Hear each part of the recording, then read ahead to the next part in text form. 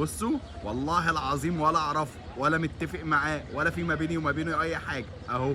الناس دي بتبيع شكارة التحمير البطاطس ب 20 جنيه 5 كيلو، انا مش عارف ازاي. انا امبارح مشتري 10 كيلو ب 100 جنيه، دول بيبيعوا بقى 5 كيلو ب 20 جنيه، ازاي؟ اقسم بالله هتجنن.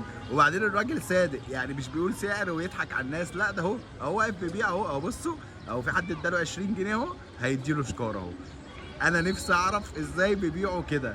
وعامة ربنا يرزقهم واللي يقابل الناس دي يشتري منهم، والله العظيم. ده حتى لو البطاطس صغيره ال 5 كيلو ب 20 جنيه برضه حلو والله. اهو بصوا كل واحد بيديله 20 جنيه اهو، بيديله اهو اهو اهو اهو. واحد تاني جيب 20 جنيه اهو برضه اهو. ربنا يرزقهم والله العظيم. هي دي الناس اللي تحتاج الدعم والله العظيم. ده اللي يستاهل تطلعوه ترند، ده اللي يستاهل تقفوا في ظهره. ليه؟ لان ده بص بيلف علشان يرخص لك وعلشان خاطر يخليك تقدر تشتري حاجه على قد امكانياتك.